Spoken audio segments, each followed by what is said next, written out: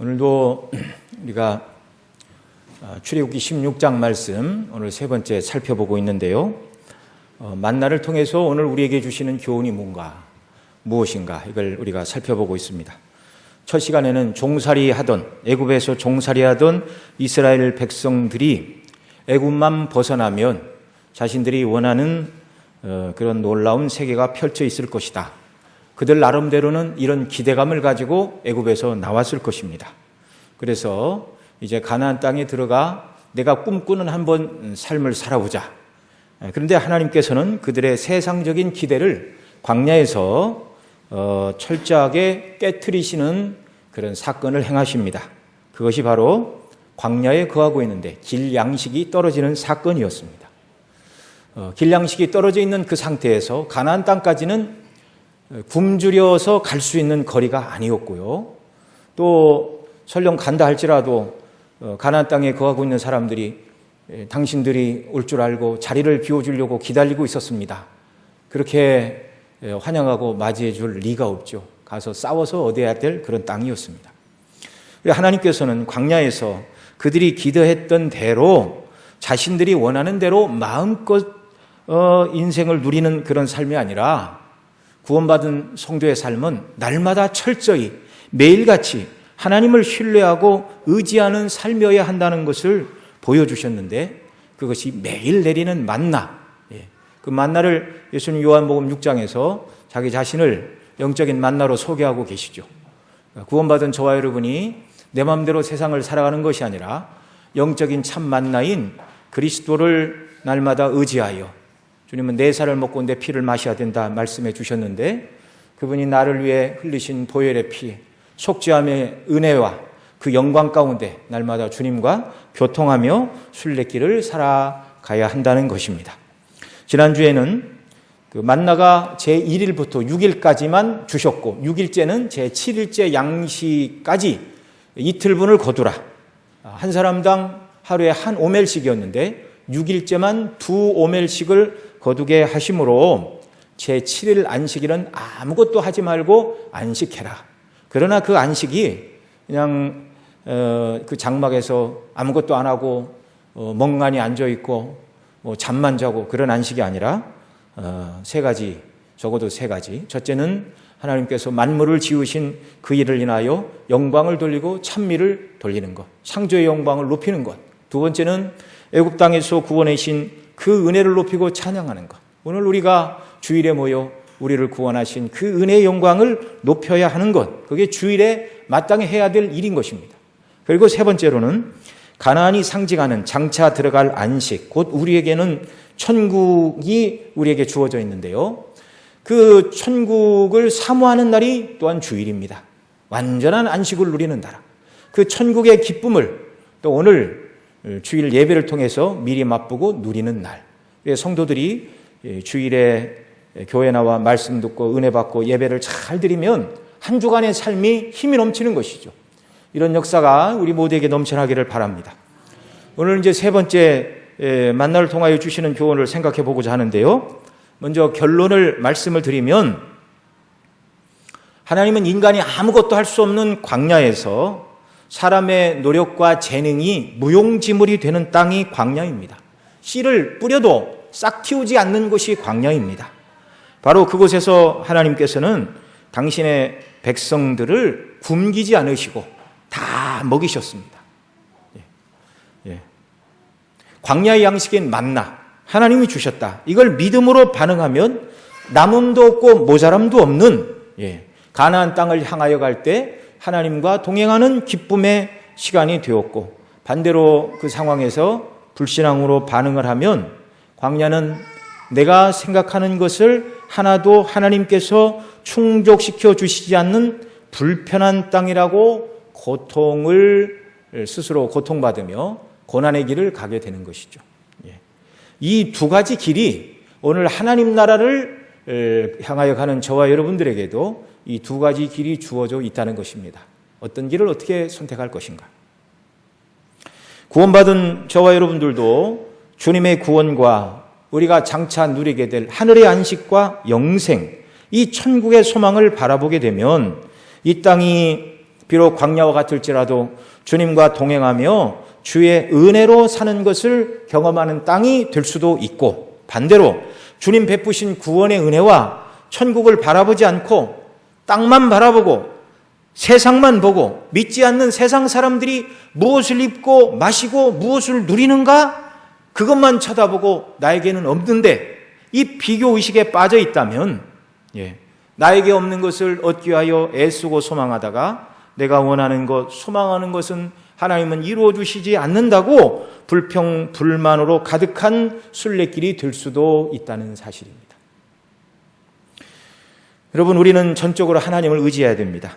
하나님은 아무것도 없는 광야에서 그 백성을 먹이시는 능력의 하나님이셨고 지금도 우리에게 그런 능력 베푸심을 믿으시기 바랍니다. 말씀드린 대로 씨를 뿌려도 나지 않는 광야, 메마른 땅, 아무리 농사를 잘 지어서 다른 사람은 한마지기에 쌀을 2섬 거두는데 한마지기 땅에 쌀을 4섬 거두는 특별한 농사 기술이 있다 할지라도 광야에서는 소용이 없습니다. 씨를 뿌려도 싹이 나지 않습니다. 그런 메마른 땅에서 하나님은 남자만 60만, 당시 이제 사람 숫자를 헤아리는 방식이 그랬습니다. 여자와 어린 아이들까지 합하면 좋기 200만이 넘는 사람들을 광야에서 하나님은 하루 이틀도 아니고 무려 몇 년간을 먹이셨다고요? 40년간. 가나안 땅에 들어가 첫 수확을 거두어 드릴 때까지 계속 만나는 내렸습니다. 참 놀라운 일이죠. 한 사람도 굶지 않았습니다. 이것을 통하여 하나님은 사람이 자기가 노력하여 노력으로 얻은 떡으로 사는 줄 아는 인생들에게 너희가 열심히 노력해서 너희가 얻은 떡으로 너희 힘으로 사는 것이 아니라 하나님의 입에서 나오는 모든 말씀, 곧 말씀대로 순종하는 자들에게 필요한 모든 것을 공급해 주시는 하나님이요, 순종하는 자들이 하나님의 말씀으로 산다는 것을, 은혜로 산다는 것을 깨닫게 하시고 체험하게 하시는 것이 광야 40년이요 그때 먹이신 만나 사건이 바로 하나님의 은혜로 산다는 것을 깨닫게 하시는 사건이었다는 말입니다. 자, 이 말씀을 드리는 것은요, 오늘 우리에게도 마찬가지입니다. 우리가 하나님 나라 가기까지 우리도 광야와 같은 인생길을 살아가는 사람들인데 저와 여러분은 누구 힘으로 살고 있습니까? 누구 능력으로 살고 있는가? 이 질문을 광야 백성들이 받았다면 그들은 40년간 하나님이 주시는 만나를 먹고 살았으니 하나님의 은혜로 우리는 살았습니다. 그렇게 말할 수밖에 없죠. 이 만나 사건을 읽고 있는 저와 여러분이 역시 대답해야 될 질문입니다. 그러면 광야에서 이스라엘 백성들은 40년간 하나님의 은혜로 살았는데 우리는 내 힘으로 사는가? 그렇지 않죠. 자, 40년간 광야에서 아침마다 비처럼 내리는 만나를 먹고 생존한 그들, 전적으로 하나님께서 먹이셨다, 이렇게 고백할 수밖에 없고요. 이스라엘 백성이 아니라 이스라엘 백성들의 행로를 밖에서 지켜봤던 이방인들도 저들이 어떻게 하루 이틀도 아니고 1년 2년도 아니고 광야에서 40년을 생존을 했대? 하나님이 날마다 그들에게 먹을 것을 주셨다네? 누구라도 그렇게 밖에 말할 수가 없는 것이죠. 그래서 신명기 8장 4절 이하에 가면 하나님께서 광야에서 일용할 양식인 만나를 주셨을 뿐만 아니라 만나만 주시면 안 되죠. 뭐라고 그러시는가? 이 40년 동안 내 의복에 헤어지지 아니하였고 내 발이 부르트지 아니하였다. 또 이렇게 말씀합니다. 먹을 양식과 마실 물을 주셨고 의복이 떨어지지 않도록 하나님이 특별히 보존해 주셨고 광야길을 걸을 때 발이 부르트지 않는 은혜. 전적인 하나님의 은혜이죠. 광야는 전적으로 하나님의 돌보심이 아니면 살아갈 수 없는 곳이었습니다. 자, 그러면 광야는 그렇다 치고 그 다음에 광야 다음에 하나님께서 그 백성을 어디로 인도하셨죠? 가나안 땅이죠. 그러면 가나안 땅에서 그들은 자기들의 능력으로만 살았습니까? 그렇지 않습니다. 신명기 8장 7절 이하에 보면 이렇게 말합니다. 내 하나님 여호와께서 너를 아름다운 땅에 이르게 하시리니, 모세가 가나안 땅을 바라보고 있을 때 그 백성들을 향하여 주시고 있는 말씀입니다. 그곳은 골짜기든지 산지든지 시내와 분천과 샘이 흐리고 밀과 보리의 소산지요 포도와 무화과와 석류와 감람나무와 꿀의 소산지라. 쭉 이렇게 얘기를 합니다. 옥토를 주셨음을 인하여 하나님을 찬송하라. 그러면서 그 땅을 주신 하나님을 잊지 말라고 당부합니다. 내가 오늘 내게 명하는 여호와의 명령과 법도와 규례를 지키지 아니하고 내 하나님 여호와를 잃어버리지 않도록 삼갈지어다. 내가 먹어서 배부르고 아름다운 집을 짓고 거주하게 되며 또 내 소와 양이 번성하여 은금이 증식되고 풍부하게 될 때 내 마음이 교만하여 내 하나님 여호와를 잊어버릴까 염려하노라. 예. 그 다음에 17절 가면 이렇게 말합니다. 그러나 내가 이같이 이르기를 내 능력과 내 손의 힘으로 내가 재물을 얻었다 말할 것이라. 그렇게 말하면 안 된다는 것입니다. 그 다음 18절 내 하나님 여호와를 기억하라. 그가 내게 재물 얻을 능력을 주셨습니다. 이같이 하심은 내 조상들에게 맹세하신 언약을 오늘과 같이 이루려 하심이니라. 그리고 19절에서는 이렇게 말합니다. 내가 만일 내 하나님 여호와를 잃어버리고 다른 신을 따라 그들을 섬기며 그들에게 절하면 내가 너희에게 증거하노니 너희가 반드시 멸망할 것이라. 여러분, 광야에서 만나를 먹은 자들은 하나님의 능력으로 우리가 살았습니다라고 고백할 수밖에 없습니다. 이걸 부인할 수 없죠. 가나안 땅에 들어가서도 모세는 말합니다. 너희 능력으로 그것을 얻은 것이 아니라 하나님이 주셨고 하나님이 돌봐 주시는 은혜로 사는 것이다. 아까 읽어드린 신명기 8장 7절에 보면 그것은 골짜기든지 산이든지 시내와 분천과 샘이 흐르고 이렇게 말했는데요. 항상 그런 것이 아니라 이스라엘 백성들이 하나님의 말씀에 순종할 때만 하나님이 하늘에서 비를 내려 골짜기와 산과 시내와 분천과 샘이 흐르도록 그런 은혜를 주셨습니다. 여러분, 이스라엘 지도를 이렇게 성경책 앞뒤 보면 이렇게 있고 여러 번 보셨겠지만 이스라엘 땅은 북쪽에 헐문 산이 있습니다. 거기는 이제 눈이 쌓여 있고 그 큰 산에서 북쪽으로부터 눈이 녹아내려서 이제 갈릴리 호수에 물이 모이죠. 그리고 갈릴리 호수에서 물이 이제 요단강을 따라 굽이굽이 흐르다가 맨 마지막에 물이 멈추는 곳, 거기가 어디죠? 사해입니다. 사해. 그런데 다 내륙에 있어요.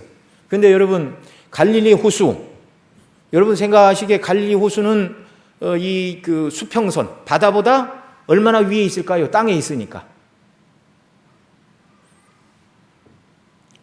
예, 지포면보다 190m 아래에 있습니다. 갈릴리 호수가. 사해는 지포면보다 400m 아래에 있습니다. 그러니까 사해로 들어간 물이 빠져나갈 길이 없어요. 수분만 증발하고, 그래서 소금기가 많아서 그 사진 같은 거 보면 사해에 이렇게 누우면 몸에 다 뜹니다.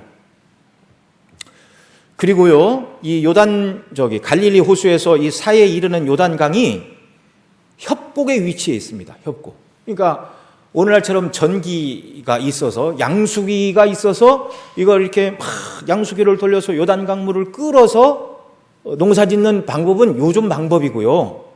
그러니까 가나안 땅은 위에서 아래로 요단강이 흐르고 있지만 하나님께서 때에 따라 비를 내리시지 않으면 요단강 강물로 농사 지어서 살 수 있는 땅이 아니었습니다. 그래서 복과 저주를 선포하는 신명기 28장을 보면 가나안 땅에 들어가 범죄하게 될 때 하나님께서 내리시는 재앙 중에 하나가 바로 비를 주시지 않겠다. 그게 23절, 24절인데요. 제가 읽어드립니다. 내 머리 위에 하늘은 놋이 되고 내 아래의 땅은 철이 될 것이며, 하나님께서 비를 안 주시니까 놋하늘이 되고 땅은 철하늘이 될 것이며, 여호와께서 비 대신에 티끌과 모래를 내 땅에 내리시리니 중동에 거친 모래바람만 불 것이라는 말입니다. 그것들이 하늘에서 내 위에 내려 마침내 너를 멸하리라. 어떻게 할 때요? 하나님을 의지하지 않고 믿음으로 살지 않고 우상을 섬기며 하나님을 떠나면, 그러니까 이스라엘 백성들의 삶은 광야에서도 매일같이 하나님을 의지하고 살아야 되고 가나안 땅에 들어가서도 역시 마찬가지입니다. 가나안 땅에 들어가서도 매일같이 하나님만 바라보고 살아야 되는 것이 이스라엘 백성들의 삶이었습니다. 여러분, 이것은요, 좋습니까? 좋지 않습니까? 하나님의 인도를 받고 사는 것은 복된 삶입니다. 천국이 하나님과 교통하는 나라잖아요. 죄인들은 자꾸 하나님의 낯을 피하여 숨으려 합니다. 아담이 선악과를 따먹기 전에는 날이 서늘할 때 동산에 거니시는 여호와 하나님과 더불어 아담이 교제를 하던 삶을 살았어요. 복되고 영광스러운 삶. 그런데 선악과를 따먹자 여호와의 낯을 피하여 동산 나무에 숨었고 사이에 숨었고 죄가 뭔가 깨닫는 눈이 열리게 되자 벗은 몸을 인하여 부끄러워 무화과 나무로 치마를 해 입고 하나님의 면전에 도망치는 그런 일이 있었습니다. 이스라엘은 광야에서나 가나안 땅에서나 날마다 하나님만 바라보고 의지하는 삶으로 부름을 받았습니다. 이 삶은 복되고 행복한 삶인 줄 믿으시기 바랍니다. 예수님 믿고 구원받은 저와 여러분의 삶도 마찬가지입니다. 예. 날마다 주님과의 생명의 교통 속에 살기를 주님이 원하셔서 저와 여러분을 구원하여 자녀 삼으신 것이죠. 자, 이스라엘은 광야에서나 가나안 땅에서나 하나님의 힘과 도우심으로 살았다. 이걸 지금까지 말씀을 드렸는데요. 오늘 우리는 어떻습니까? 우리는 하루하루 누구의 능력과 힘으로 살아가고 있나요? 바울 사도는 고린도 교회 성도들을 향하여 고린도전서 4장 7절에서 이렇게 말했습니다. 내게 있는 것 중에 받지 아니한 것이 무엇이냐? 내가 받았은즉 어찌하여 받지 아니하는 것 같이 자랑하느냐?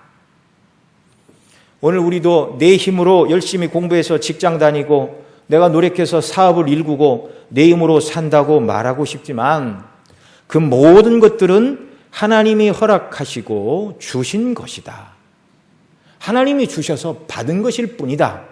사도 바울이 명백히 가르쳐주고 있습니다. 여러분, 저와 여러분은 누구의 힘으로 살고 있습니까? 광야에서 엎드러진 자들은 끝까지 이 질문에 대답하지 못했습니다.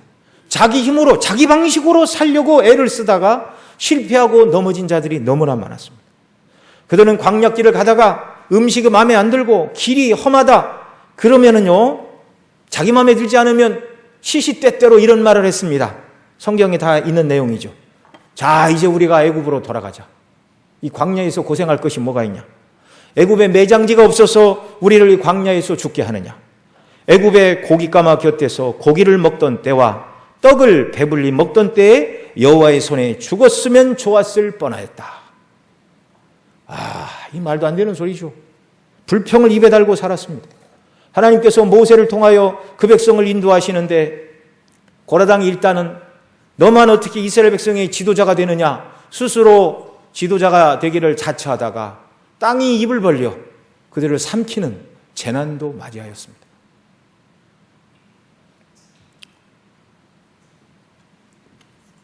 하나님의 은혜로 산다는 것을 모르는 자들은요 자기 힘으로 사는 줄 알다가 자기 뜻대로 되지 않는다고 불평하다가 그러다가 멸망당하였습니다. 그러나 하나님은 광야에서 은혜를 잃어버린 자들임에도 불구하고 그들에게 하루하루에 필요한 양식을 매일같이 공급해 주셨습니다. 일용할 양식이죠. 말 그대로. 한 사람도 빠짐없이 각 사람 모두가 하루 식량대로 거두었습니다. 네. 성경을 읽어보면 예를 들어서 어떤 사람이 범죄했더니 그들이 거둔 만나는 썩었더라. 그런 얘기가 하나도 없습니다. 불신앙에 빠졌건 연약하건 하나님은 약속하신 그대로 한 사람당 한 오멜씩 정확하게 거두게 하시고 한 끼도 거르지 않도록 먹이시고 입혀주셨습니다. 그리고 하나님 말씀하시죠. 내일은 내가 책임지니 오늘 거둔 것은 오늘 다 먹어라. 내일까지 남겨두지 말라. 그런데 그 명령을 어기고 다음 날까지 남겨두면 벌레가 생기고 부패하여 냄새가 났습니다. 다음 날까지 만나를 남겨둔 사람들, 날마다 먹이신다는 하나님의 약속을 신뢰하지 않았죠. 내일 만나가 또 주어질 것이라는 믿음이 없는 행동이었습니다. 그래서 내일 양식도 오늘 거두어 쌓아 놓아야 내일 굶지 않는다. 하나님을 신뢰하지 않으니까 그런 행동을 하는 것이죠. 그래서 어떤 사람은 욕심을 내서 많이 구워두었답니다. 오늘 우리가 읽은 말씀 17절에 보면 이스라엘 자손이 그같이 하였더니 그 거둔 것이 많기도 하고 적기도 하나 오멜로 되어본 즉 많이 거둔 자도 남음이 없고 적게 거둔 자도 부족함이 없이 각기 식량대로 한 오멜씩 거두었다. 이렇게 말씀하고 있습니다. 많이 거두었어요. 남보다 일찍 나가서. 그런데 장막에 들어와 오멜로 데워보면 한 오멜밖에 안 되었습니다. 이걸 통하여 하나님께서 네가 욕심을 내고 아무리 거두온다 할지라도 광야에서 허락된 것은 하루 분량의 식사 한 오멜이다. 이걸 보여주시는 것입니다. 또 적게 거둔 사람도 있다고 그러잖아요. 어떤 사람은 많이 거두니까 뭐 좀 늦게 나가면 거둘 곳이 없어서 아이고 조금밖에 못 거뒀네 라고 생각하고 장막에 들어와 오멜로 데워보니 부족한 양이 늘어나 한 오멜이 되었습니다. 예. 이거 이상한 일 아니죠? 예수님께서 물고기 2마리, 떡 5개로 5,000명을 먹이시고 남는 이런 은혜의 역사. 예. 그것의 상징이 이제, 그것의 예표가 바로 이 만나 사건을 통하여 보여주고 있는 것이죠. 광야 백성들은 하나님의 능력으로 살았습니다. 하나님의 공급하시는 양식으로 살았습니다. 광야에서나 말씀드린 대로 가나안 땅에서나 마찬가지입니다. 오늘 저와 여러분은 누구의 힘으로 살고 있죠? 마태복음 6장 25절, 여기는 우리 좀 찾아서 같이 읽겠습니다. 신약성경 맨 처음에 있죠? 마태복음 6장 산상수훈 중에 일부의 말씀입니다. 25절부터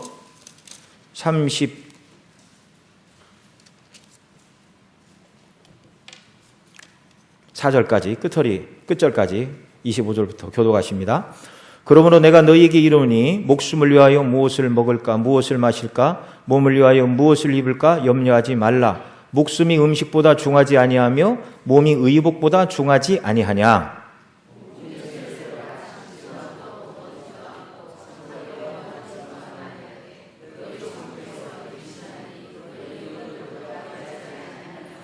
너희 중에 누가 염려함으로 그 키를 한 자나 더할 수 있느냐?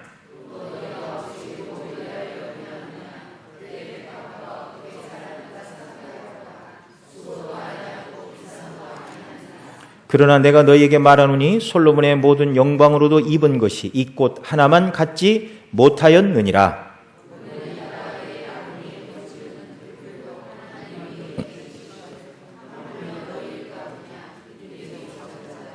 그러므로 염려하여 이르기를 무엇을 먹을까 무엇을 마실까 무엇을 입을까 하지 말라.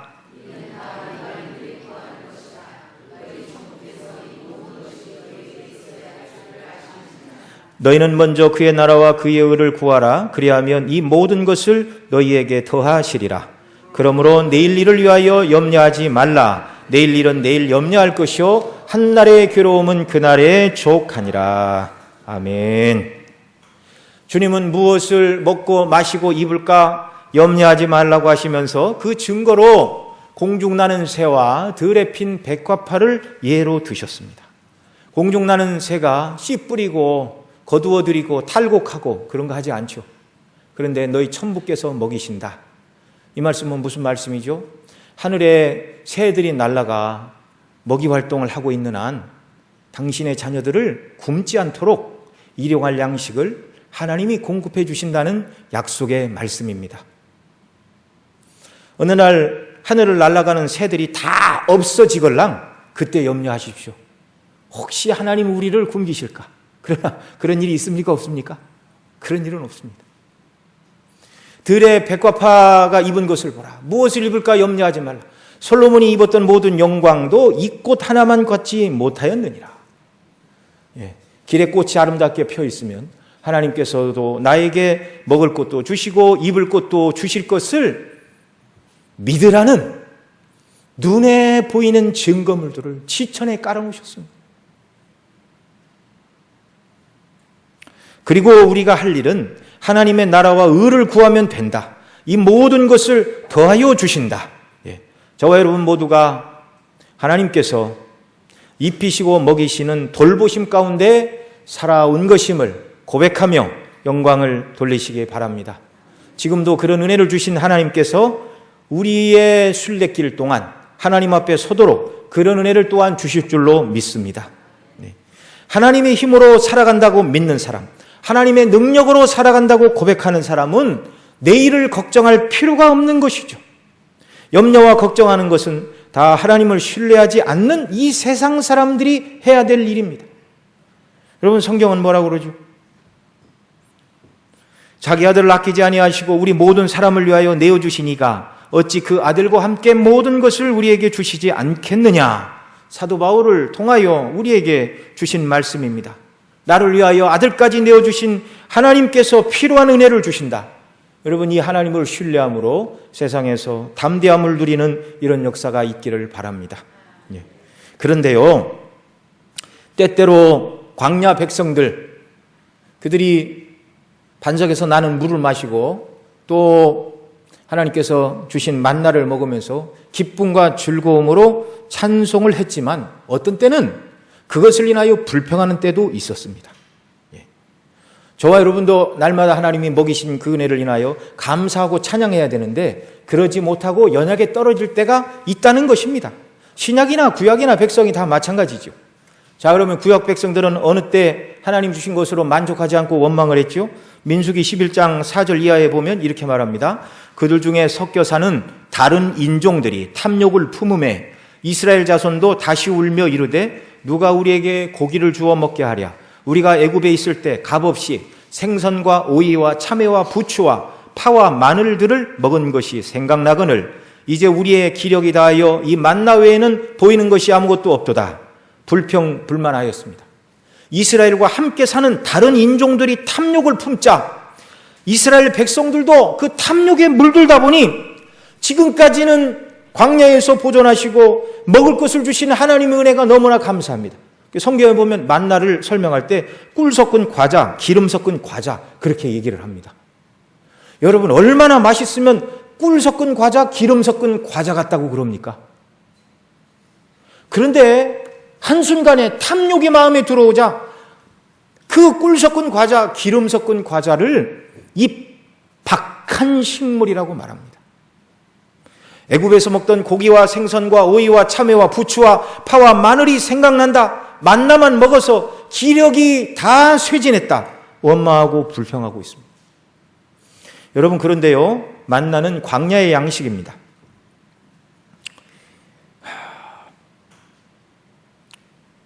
정말 광야에서는요, 만나면 족한 것입니다. 이스라엘이 나온 바 애굽의 종살이 곧 죄에서 구원하여 주신 애굽의 노예 상태를 기억하지 않고 장차 들어가 누리게 될 가나안 땅의 영광을 생각하지 않게 되자 하나님께서 광야길에 꼭 필요한 것으로 주신 그 만나가, 그전에는 기쁨과 감사와 감격의 대상이었던 만나가 탐욕을 품자 불만족의 대상이 되고 말았다는 것입니다.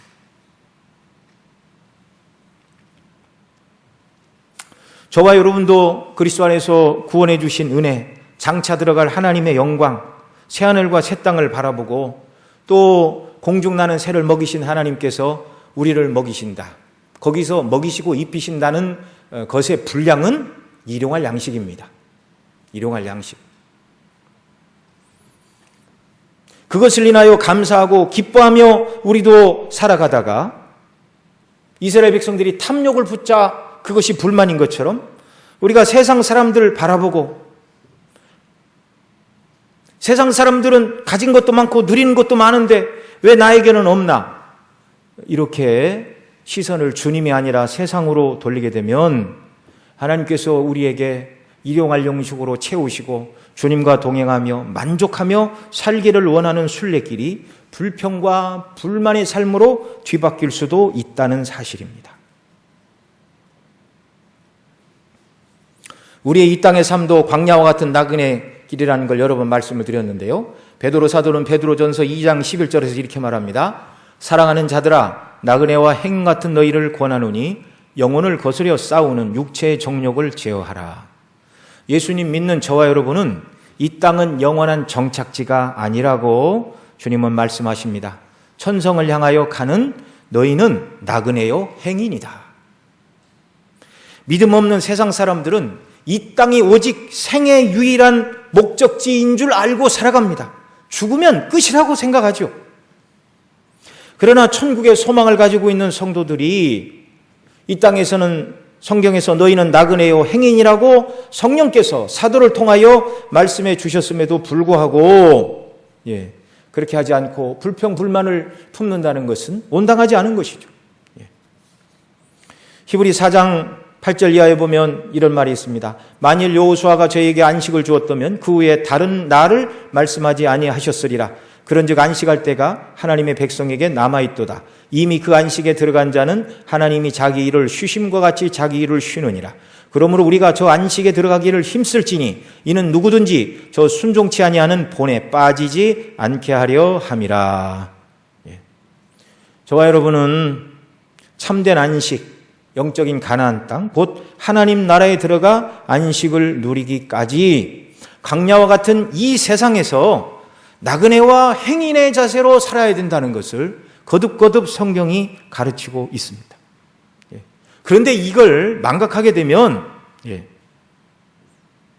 광야 백성처럼 만나를 인하여 감격하고 감동하던 자들이 다른 인종들이 탐욕을 품자 만나를 불편하고 길이 불편하다고 원망했던 것처럼 저와 여러분들도 하나님 주신 구원과 은혜, 날마다 주님과의 생명의 교통 속에서 하루하루를 살지 않으면 세상이 우리 마음을 차지하고 우리의 시선이 세상을 바라보게 되면 주님이 우리에게 베풀어 주신 것들을 인하여 감사하지 않고 상황을 바라보고 원망하고 불평할 수 있다는 사실입니다. 믿음의 길이 뭔가 아주 명확하고 분명하게 우리에게 가르쳐 주는 것이죠. 세상 바라보지 말고 주님 바라보고 주님 베푸신 은혜에 대해 감사하고 주님이 우리에게 주신 일용할 양식으로 만족하며 주님과 동행하는 삶. 여러분, 우리가 구원받지 않았다면, 하나님의 백성이 아니라면, 천국이 우리 삶의 최종 목적지가 아니라면 믿지 않는 사람들처럼 이 땅에서 잘 먹고 잘 살고 많이 소유하는 일에만 신경을 쓰고 살아야 마땅한 것입니다. 왜요? 말 그대로 한 번뿐인 인생이요 죽으면 끝이라고 믿는다면 그렇게 살아야 되죠. 그러나 그런 삶은 하늘에 대한 소망을 가진 자의 삶이 아니라는 것입니다. 앞서 읽어드린 마태복음 6장에서 무엇을 먹고 무엇을 마셔야 할까 염려하지 말라 그렇게 말씀하셨는데요. 그렇다고 아무것도 하지 말라는 말씀이 아닙니다.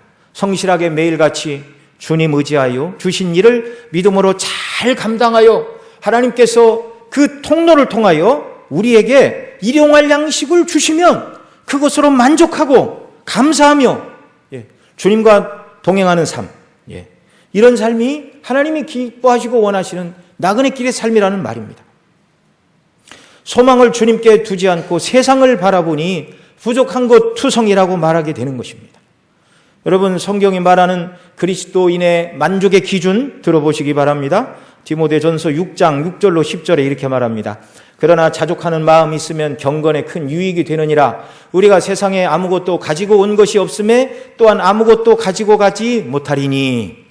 다른 종교에서는 이 말을 공수래 공수고 이렇게 말합니다. 성경에 있는 말씀입니다. 우리가 먹을 것과 입을 것이 있은즉 족한 줄로 알라. 여러분, 성경이 가르치는 그리스도인의 만족의 기준이 뭐라고요? 먹을 것과 입을 것이 있으면 족한 줄로 알라. 부하려 하는 자들은 시험과 올무와 여러 가지 어리석고 해로운 욕심에 떨어지나니 곧 사람으로 파멸과 멸망에 빠지게 하는 것이라. 돈을 사랑함이 일만하게 뿌리가 되나니 이것을 탐하는 자들은 미혹을 받아 믿음에서 떠나 많은 근심으로써 자기를 찔렀느니라. 여러분, 무슨 말이죠? 그리스도인이 주님이 베푸신 구원과 천국의 소망을 가지고 먹을 것과 입을 것으로 만족하지 않고 돈을 사랑하게 되면 구원이 취소되는 것은 아니나 미혹을 받아 많은 근심 가운데 평안과 즐거움이 없이 이 땅을 살아가게 된다는 말입니다.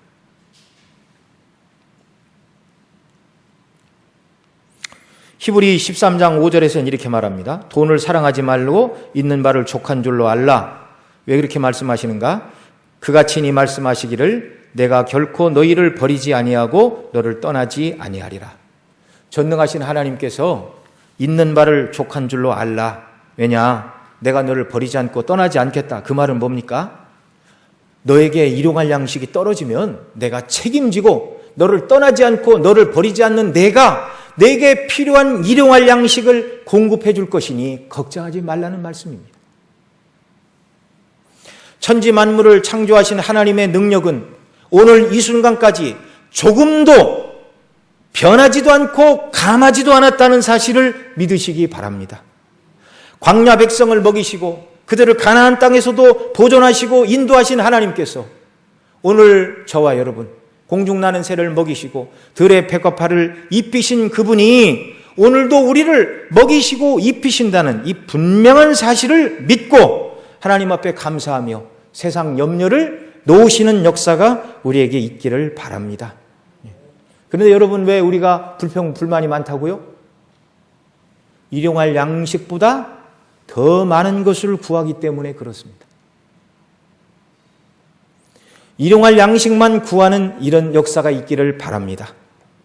그러면 또 어떤 분들은 그래요. 나는 일용할 양식보다 좀 많은 것 같은데요. 그러면 일용할 양식보다 더 많은 것을 하나님께서 거두게 하신 사람들은 어떻게 해야 되나요? 오늘 우리가 읽은 출애굽기 16장 18절에 보면 많이 거둔 자도 남음이 없고 적게 거둔 자도 부족함이 없다. 이 말씀을 신약의 사도 바울이 고린도후서 8장 13절 이하에 이렇게 적용합니다. 한번 찾아서 읽겠습니다. 고린도후서 8장 13절.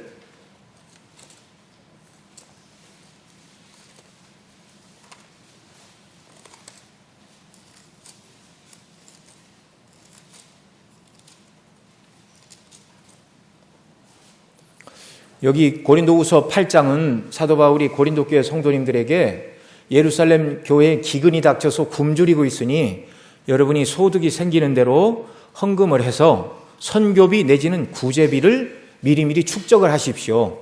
내가 가서 한꺼번에 헌금하려고 하지 말고 미리미리 그때그때 남는 것을 저축해 놓아야 그래야 제대로 선교를 진행할 수 있습니다. 그 말씀을 지금 하고 있는 그런 내용입니다. 자, 거기 보겠습니다. 13절, 8장 13절. 이는 다른 사람들은 평안하게 하고 너희는 곤고하게 하려는 것이 아니요 평균케 하려 함이니. 14절 읽어주세요.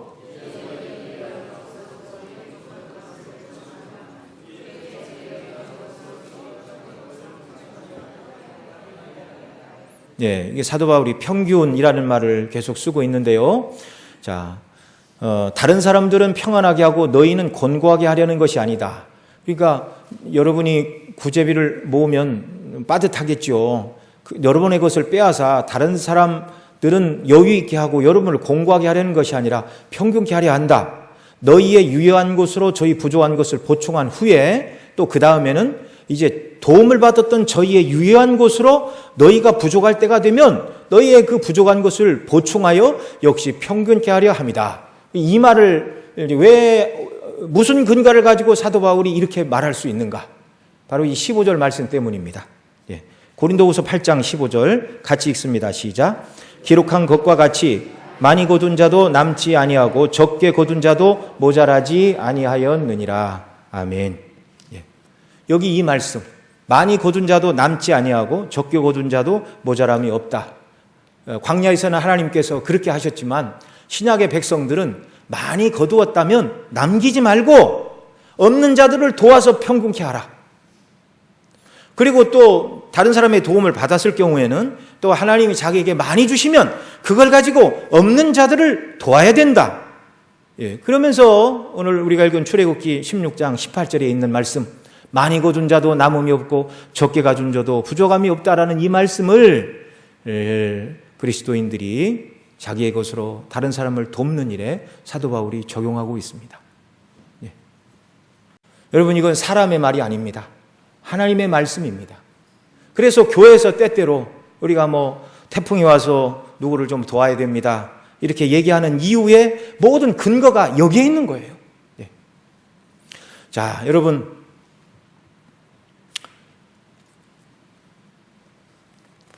아직도 우리 교회는 그렇지 않지만 이 한국 교회는 예수님 믿으면 복받아야 된다는 설교를 많이 해서 예수님 믿으면 좋은 대학 가야 되고 좋은 직장 가야 되고 돈 많이 벌고 그렇게 해서 뭔가 큰 걸 만들고 그렇게 해야 자기를 통해서 하나님이 영광을 받으시는 줄 생각하면 그것은 오해입니다. 성경에 그런 말씀은 한 군데도 없습니다.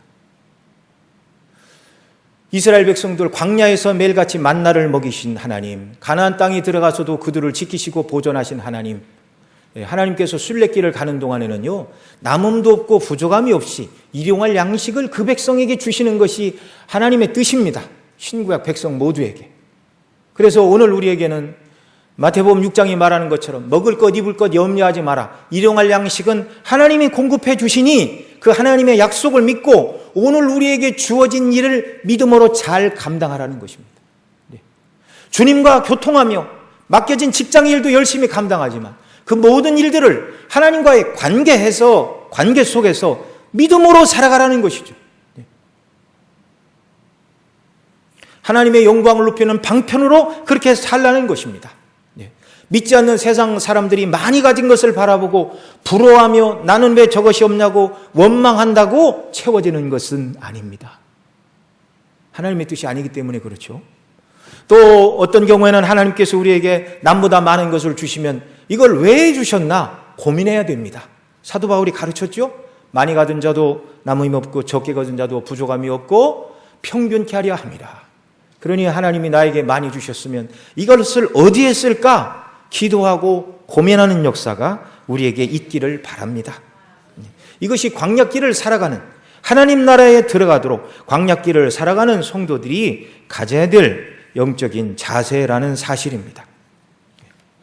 물론 하나님께서 우리에게 개인 재산을 주셨습니다. 사도행전 5장에 보면 아나니아가 그 안에 삽비라와 의논하여 밭을 팔아가지고 베드로 앞에 나오는데 다 갖고 왔습니까? 일부를 숨겼습니까?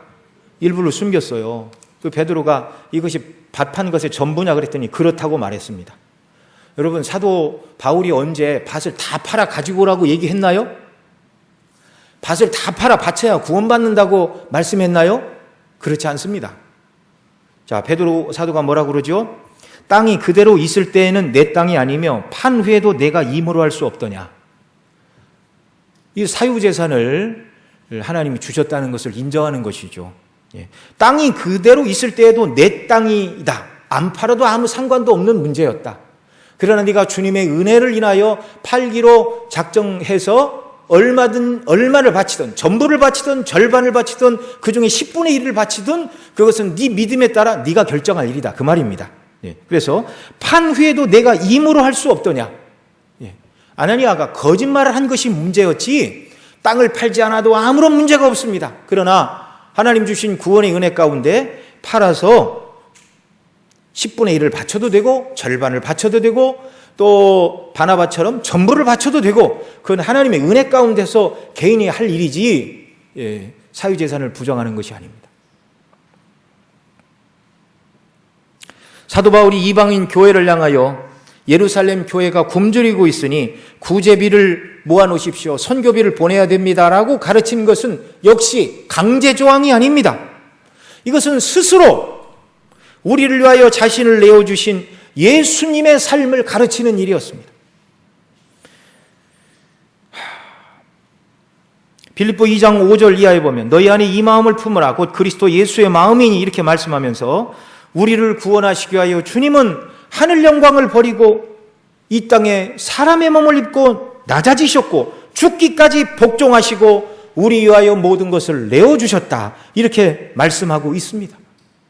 이 그리스도인들이 자기 것을 나누는 이 원리는요, 하나님이 베푸신 사랑, 예수님을 닮아가는 과정 속에서 일어나는 일입니다. 그러니 누구에게 나는 이만큼 했으니 당신도 이만큼 하십시오. 절대 교회에서는 그렇게 말할 수가 없는 것입니다. 누구든지 하나님 주신 은혜에 대하여 감동되는 대로 그리스도를 닮은 분량의 만큼